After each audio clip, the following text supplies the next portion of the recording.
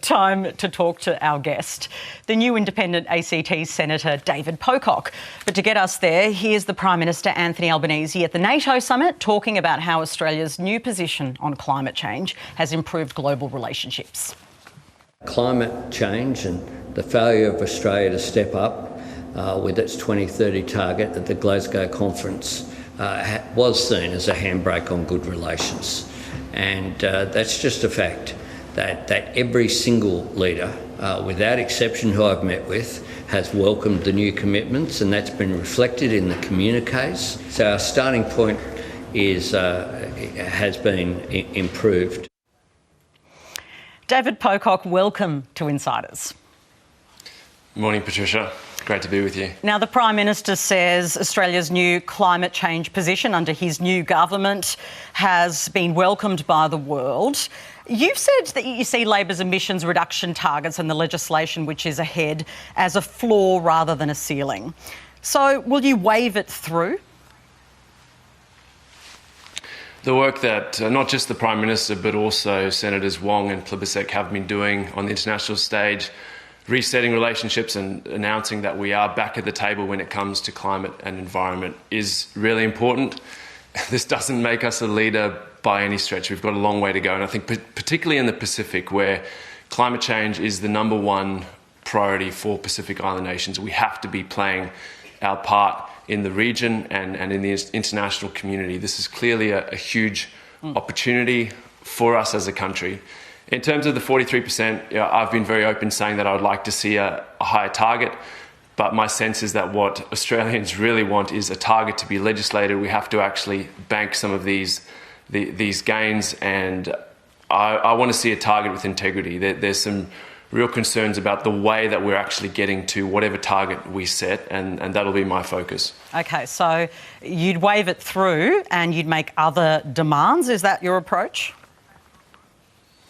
I think ensuring that 43% actually has integrity. It was great to see Minister Bowen announce that Professor Chubb will be overseeing sort of a review of the Emissions Reduction Fund, which has some really serious allegations against it in terms of the quality and the integrity of the carbon credits that are being created under that scheme. We have to ensure that we're cleaning up all these junk credits and actually essentially starting again, having a target and treating that, as Minister Bowen said, as a floor, not a ceiling, and then ramping up our ambition over time. Okay, you were arrested for chaining yourself to mining equipment to protest against the New South Wales coal mine. Would you be prepared to vote for climate legislation if it kept the door open, which you may, to the possibility of new coal mines being approved? Mm-hmm. Yeah, the IPCC was very clear in their latest report that to keep warming well below 2 degrees Celsius, we can't approve and open up new fossil fuel projects. We have to actually be getting targets in place and then having the policy to have an orderly transition to renewables. We all know it's the future. It's not only a massive opportunity for our economy, but it's an opportunity for households to be saving money. So we have to get the policy right. Allows for the opening of new coal mines. Where does that leave your position? Mm-hmm.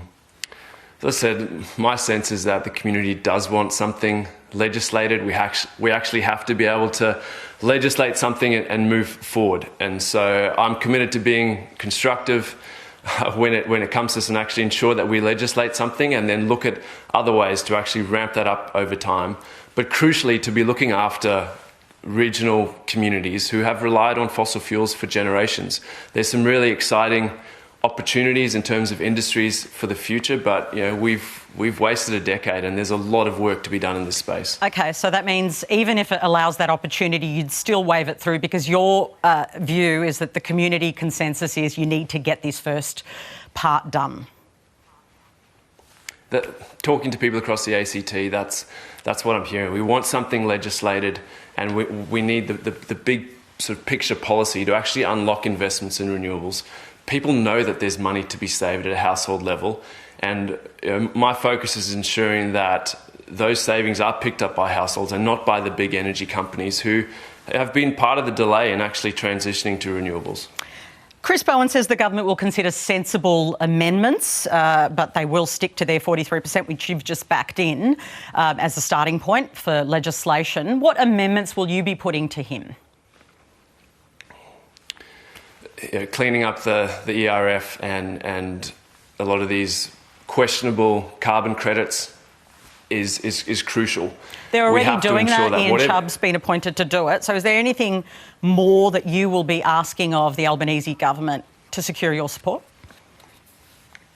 I haven't seen the legislation yet. So once we see it, we'll be reviewing it. We'll be consulting widely. As you appreciate, there's lots and lots of experts in this space in Canberra, and then we'll be suggesting what we think are reasonable amendments to actually ensure that target does have integrity. There's so much to talk about, so I want to move on to the issue of the territory rights and a conscience vote to allow the Northern Territory and the ACT the right to legalise voluntary euthanasia. I know you're behind the concept. How quickly do you want to see this done, and will you support the Labor bill? This is a long-standing injustice. We have to ensure that we change this. Every state has now legislated on voluntary assisted dying. But when it comes to this vote at a federal level, this is not actually about legislating voluntary assisted dying. This is the question of whether the territories should have the same right as states to debate and legislate on that. And in principle, I think that's something that most people agree with. In fact, a recent survey, 76% of Australians agree that the territories should have that right. So I don't think that this should be a conscience vote. This isn't about legislating voluntary assisted dying. If people feel really strongly about stopping voluntary assisted dying, then I think they should be running for legislative assemblies in the territories to try and stop that. This is about whether or not the territories should have that same right to legislate. And have you urged the new government to not go forward with a conscience vote, to lock in? I've had discussions around timing. As I said during the campaign, I would introduce a private senator's bill, but I don't need to claim credit for this. I just want to see it done. There are a number of people in the ACT who have terminal diagnoses. They're facing sort of end-of-life choices, and they want to have that choice. So my view is that we need to get this done as quickly as possible and ensure that it actually passes both houses, and I'm having really good conversations to try and make that happen. On the National Integrity Commission, the government is consulting on that. Has Mark Dreyfus spoken to you? I have had discussions with the Attorney General. Great to hear that they are prioritising it. Also, it's good to hear that he recently has been consulting with the member for Indi, Helen Haynes, on her bill, which had such widespread support and endorsement as the gold standard. This is clearly something that Australians want acted on early. We need to have an integrity commission in place that can actually hold politicians to account. There has been a suggestion that the Integrity Commission should be empowered to sack MPs if necessary through a code of conduct and a structure around that. Is that something you support? Ooh. I mean, I think people want an Integrity Commission that can hold politicians to account, that can expose corruption. I've got real concerns about an unelected body being able to dismiss elected representatives. I wouldn't support that. What I would support is an Integrity Commission that can actually shine a light on what's happening, and then voters can then make their decisions at elections. And why do you think it's important not to allow such a body to sack politicians? I mean, they might be accused of some very, very, very horrendous things. Why do you think they shouldn't be allowed to do it? I'm not a lawyer, but I'm guessing that there would be some constitutional hurdles with that one, but I can certainly look more into it. But as I said, it wouldn't be an elected body. It's an independent commission, and I think actually being able to shine a light on corruption, to deal with it, and then to refer it to the police where needed. Okay. On On staffing, this has been the first big fight, if you want to call it that, between the new government and independents, including yourself. This week I've spoken to Richard Marles, I've spoken to Tony Burke. They've dug in on your staffing numbers. They say that you're already getting extra and you don't need the staffing resources that you've called for. Do you accept that this isn't going to be reversed now? Well, I certainly don't feel like I'm in a fight. You know, I'm in there to represent the people of the ACT, and to do that, I believe I need to be both accessible at an electorate office and have staff who can deal with people who come in with help from everything from Centrelink to NDIS to visa issues, and then in Parliament to actually be across hundreds of pieces of legislation, to understand them, to look at them, to be able to suggest amendments, and to say, how is this actually going to affect the people of the ACT? How does this square with the kind of future we want in Australia? And to me, to be able to do that well, you need a small team of people to help you. They're seeming to shut that down. Do you think you can win, and what tactics will you use if you can't get what you want? For me, the thing that this has highlighted is that the allocation of staff should probably be decided by an independent body at an arm's length, and shouldn't be decided by the Prime Minister of the day. I think you said earlier in the week, this staffing shouldn't be used to reward or punish anyone.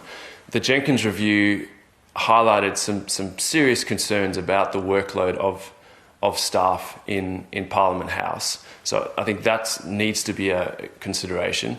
But then also looking at the election result, clearly people want more integrity and more scrutiny of the government.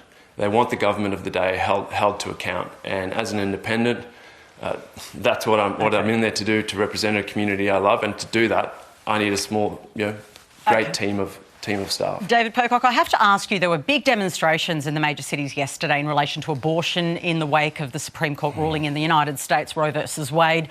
We're now looking at our own country and our own access to abortion.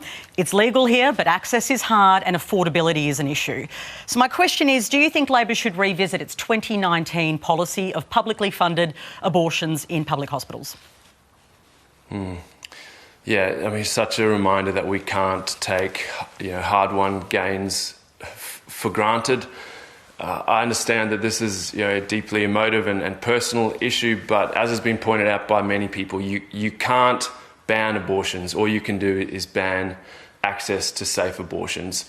And clearly the cost of abortions in Australia disproportionately affects vulnerable women in our communities and women who live in regional and rural Australia. I believe it should be covered by Medicare and the PBS. Okay, interesting. Just finally, our country is now dealing with moving forward on a referendum on Indigenous voice to Parliament. The Prime Minister, Anthony Albanese, gave an interview where he said if he can't receive bipartisan support, he wants to move on in this term of Parliament towards a referendum to enshrine a voice in the Constitution. Do you think it should go forward even without that bipartisanship? We've got the oldest living cultures in the world here in Australia, and we need that wisdom, leadership and connection to this incredible continent more than ever. To me, the Uluru Statement from the Heart is the most generous offering to all Australians, and I back it in its entirety. And do you think it can happen in this term of Parliament? A voice to Parliament. Certainly my sense, talking to people across the ACT, is that this is something that they want to see happen. I certainly believe the ACT is ready for a referendum to actually enshrine a voice that can then both be consulted on policy, but then also inform treaty and truth-telling. And regardless of the opposition's position? This is a contentious issue. I'd hope that over the next few months, some of these conversations can be had. I think, again, there's an expectation from the community that politicians get on with this. To me, the Uluru Statement from the Heart is the consensus view. It's a generous offer, and we need to start to make steps in the right direction. Senator, a pleasure to have you on Insiders. Thanks for talking to me. Thank you, Patricia. We didn't even talk about the Wallabies win. We'll have to leave that.